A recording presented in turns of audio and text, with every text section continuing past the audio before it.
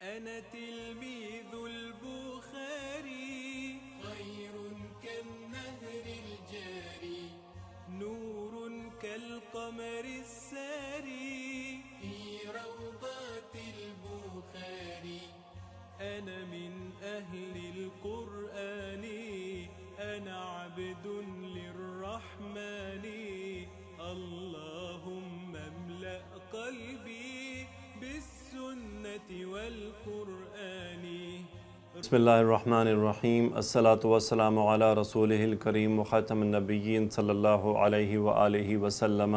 جی الحمدللہ صحیح بخاری تفہیم البخاری کی حدیث ہم نے شروع کی ہوئی ہیں، تو الحمدللہ آج ہم حدیث نمبر 47 اور 48 دیکھتے ہیں۔ اس میں کیا ہے؟ باب چینج ہو رہا ہے، نیکسٹ باب ہے باب خوف المؤمن ان یحبط عملہ وہو لا یشعر۔ یہ باب اس بات کے بارے میں ہے کہ مومن کو ڈرتے رہنا چاہیے کہ کہیں اس کے اعمال جو ہیں وہ اکارت نہ ہو جائیں اور اسے معلوم بھی نہ ہو۔ وقال ابراہیم التیمی ما عرضت قولی علی عملی الا خشیت ان اکون مکذبا۔ وقال ابن ابی ملیکہ ادرکت 30 من اصحاب النبی صلی اللہ علیہ وسلم كلهم يخاف النفاق على نفسه ما منهم احد يقول انه على ایمان جبریل ومیکائیل ويذكر عن الحسن ما خافه الا مؤمن ولا امنه الا منافق وما يحذر من الاصرار على التقاتل والعصيان من غير توبة لقول الله تعالى ولم يصروا على ما فعلوا وهم يعلمون۔ ابراہیم تیمی کہتے ہیں کہ جب میں اپنے قول و فعل کا موازنہ کرتا ہوں تو مجھے ڈر ہوتا ہے کہ لوگ مجھے جھوٹا نہ کہہ دیں۔ اور ابی ملیکہ کا ارشاد ہے کہ میں نے رسول اللہ صلی اللہ علیہ وسلم کے 30 صحابہ رضی اللہ عنہم سے ملاقات کی، ان سب کو اپنے بارے میں نفاق کا اندیشہ تھا۔ ان میں سے کوئی یہ نہیں کہتا تھا کہ میرا ایمان جبریل و میکائیل کا ایمان ہے۔ حسن بصری سے منقول ہے کہ نفاق سے مومن ہی ڈرتا ہے، اور جو منافق ہوتا ہے اس کو نفاق کا کوئی خطرہ نہیں ہوتا۔ اور جس بات سے مومنوں کو ڈرایا جاتا ہے وہ باہمی قتال، جدال اور گناہوں پر اصرار کرنا اور پھر توبہ نہ کرنا ہے، کیونکہ اللہ عز و جل فرماتا ہے اور اپنے کیے ہوئے گناہوں پر واقفیت کے بعد جمع نہیں رہے۔ یہ چیپٹر بیسیکلی اس بات کی طرف ہے کہ مومن کو ڈرتے رہنا چاہیے کہ کہیں اس کے عمل اکارت نہ ہو جائیں اور اسے پتہ بھی نہ چلے۔ یہ ایک پوری سٹڈی ہے، بہت سارے ایسے اعمال ہیں جو اس میں آتے ہیں، وہ ایک مختلف موضوع ہے۔ چونکہ ہمارا یہاں پہ موضوع صرف صحیح بخاری ہے اور احادیث ہیں، اس لیے ہم اس طرف تو جانے کی وہ طوالت کی وجہ سے نہیں جا سکتے۔ وہ انشاءاللہ مجھے اگر اللہ تعالیٰ نے موقع دیا تو میں وہ تمام اعمال کو نکال کر انشاءاللہ ایک ویڈیو بنا کر آپ سے شیئر کروں گا کہ وہ کون سے ایسے اعمال ہیں جو اعمال کے ضائع ہونے کی وجہ بن جاتے ہیں اور ہمیں معلوم بھی نہ پڑے۔ یہاں پہ آپ دیکھیں ابراہیم التیمی کیا کہتے ہیں کہ جب میں اپنے قول و فعل کا موازنہ کرتا ہوں تو مجھے ڈر لگتا ہے کہ لوگ مجھے کہیں جھوٹا نہ کہہ دیں۔ تو ہمیں ایز اے مسلمان کیا کرنا چاہیے کہ مجھے اپنے اعمال پر نظر رکھنی چاہیے اپنی زبان کے تحت، یعنی میں جو کچھ کہہ رہا ہوں کیا میں اس پر عمل کر رہا ہوں۔ یقین کریں یہ آج اس وقت اس امت میں ایک بہت بڑا سوال پیدا ہو چکا ہے۔ مثال کے طور پر میں ٹویٹر یوز کرتا ہوں، یا میں واٹس ایپ پہ میسیجز بھیجتا ہوں، یا میں یوٹیوب پہ ویڈیوز اپلوڈ کر رہا ہوں، تو مجھے اپنے نفس سے یہ سوال کرتے رہنا ہے، مجھے اپنا محاسبہ کرتے رہنا ہے، مجھے اپنا موازنہ ان باتوں سے کرتے رہنا ہے۔ کیا میں ایسا کر رہا ہوں؟ کیا میری ذاتی عمل میں یہ چیز ہے؟ کیا میں اس پر عمل پیرا ہوں، خود عمل پیرا ہوں؟ مجھے اپنا یہ ٹھیک ہے شیئر کرنا ایک الگ ہے، لیکن اس کا اپنا اجر و ثواب ہے۔ لیکن یہاں پہ کتنی بڑی بات ہے کہ یہ ہمارے جو بزرگ تھے، جو اسلاف تھے، انہوں نے کتنی بڑی بات کی ہے کہ میں اپنے قول و فعل کا موازنہ کرتا رہتا ہوں تو مجھے ڈر ہوتا ہے کہیں لوگ مجھے جھوٹا نہ کہہ دیں۔ تو بھائی ہمیں جب ہم ٹویٹر پہ یا اس طرح کی پوسٹ فیس بک وغیرہ پہ کریں تو ہمیں اپنے اعمال کی طرف ضرور نظر ڈالنی چاہیے کہ کیا میں یہ عمل کر رہا ہوں یا نہیں کر رہا۔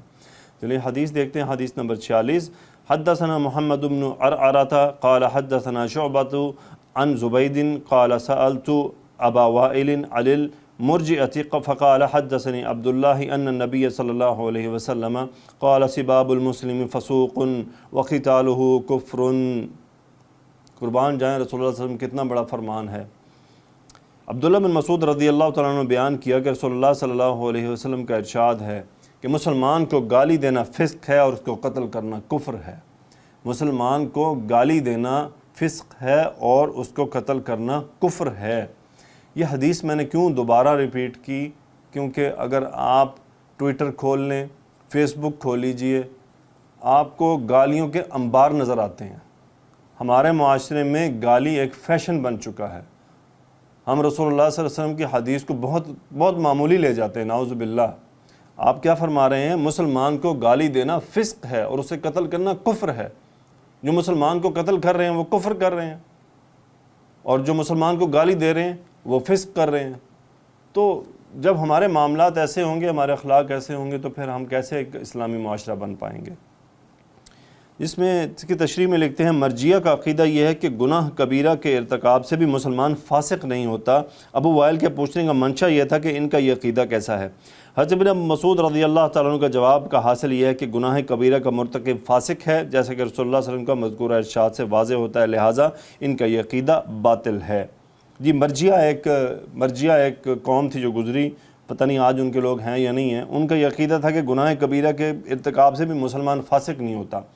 مرجیہ کے عقائد بہت الٹے پلٹے تھے، تو ان کے عقیدوں کے بارے میں بہت ساری ڈیفرنٹ باتیں، کتابیں بھی ہیں، آپ ان میں مرجیہ کے عقائد جو ہے وہ نکال سکتے ہیں۔ جی الحمدللہ یہ حدیث ہم نے دیکھی، ہم حدیث نمبر 48 پہ چلتے ہیں۔ اس میں ہمارے لیے رسول اللہ صلی اللہ علیہ وسلم کا کیا فرمان موجود ہے۔ عن انس قال اخبرني عبادة بن الصامت ان رسول اللہ صلی اللہ علیہ وسلم خرج يخبر بليلة القدر فتلاحى رجلان من المسلمين فقال اني خرجت لاخبركم بليلة القدر وانه تلاحى فلان وفلان فرفعت وعسى ان يكون خيرا لكم فالتمسوها في السبع والتسع والخمس۔ حضرت انس رضی اللہ تعالیٰ عنہ سے روایت کرتے ہیں کہ وہ کہتے ہیں کہ مجھے حضرت عبادۃ بن الصامت رضی اللہ تعالیٰ عنہ نے بتلایا کہ رسول اللہ صلی اللہ علیہ وسلم شب قدر کے متعلق بتانے کے لیے باہر تشریف لائے۔ اتنے میں آپ علیہ الصلاۃ والسلام نے دیکھا کہ دو مسلمان آپس میں تکرار کر رہے، تو آپ صلی اللہ علیہ وسلم نے فرمایا کہ میں اس لیے نکلا تھا کہ تمہیں شب قدر کے متعلق بتلاؤں، لیکن یہ باہم لڑ رہے ہیں، اس لیے اس کی خبر اٹھا لے گی اور شاید تمہارے لیے بہتر ہو۔ اب اسے رمضان کی 27ویں، 29ویں اور 25ویں رات میں تلاش کرو۔ مسلم کی روایت میں چونکہ فلاں شخص لڑے، اس لیے اس میں شب قدر کی خبر بھول گیا، اور بھولنا اس لیے بہتر ہوا کہ تم شب قدر کی مبارک ساعتوں کو پانے کی زیادہ کوشش کرو۔ اگر ایک رات متعین ہو جاتی تو لوگ صرف اسی ایک رات میں عبادت کرتے، لیکن مختلف راتوں کی وجہ سے اب انہیں عبادت کا زیادہ موقع ملے گا، اور شب قدر کا اصل مقصود بھی عبادت اور توجہ الی اللہ ہے۔ اس کے عنوان میں امام بخاری نے جو تفصیل اختیار کی ہے کہ یہ حدیث اس کے بالکل مطابق ہے۔ اس کی اصل سرخی یہ تھی کہ مومن کو اپنے اعمال کے ضائع ہو جانے سے ڈرتے رہنا چاہیے۔ تو اس حدیث سے معلوم ہوا کہ رمضان المبارک میں پھر رسول اللہ صلی اللہ علیہ وسلم کے سامنے اور غالباً مسجد نبوی میں دو مسلمان آپس میں جھگڑے، اور ان کے اس باہمی لڑائی کی وجہ سے شب قدر کا علم اللہ نے اٹھا لیا اور نعمت سے محروم ہو گئے۔ دوسرا یہ کہ مسلمان کو گناہ سے ڈرنا چاہیے کہ کہیں کوئی پچھلا عمل ضبط نہ ہو جائے اور کوئی نعمت جو ملنے والی ہے عطا نہ کی جائے۔ یہ بھی مرجیہ فرقے کا رد ہے جو کہتے ہیں کہ ایمان کے بعد پھر مسلمان کے لیے کوئی خطرہ نہیں۔ جی الحمدللہ یہ دو احادیث تھیں، 47 اور 48، یعنی 47 اور 48۔ پہلی حدیث میں ہم نے دیکھا کہ مسلمان کو گالی دینا فسق ہے اور اسے قتل کرنا کفر ہے۔ دوسری حدیث میں ہم نے دیکھا کہ شب قدر کی معلومات تھیں اور دو جو ہیں وہ شخص لڑ رہے تھے، جن کی وجہ سے وہ معلومات اٹھا لی گئیں اور اس نعمت کو ہم سے روک لیا گیا، اس معلومات کو۔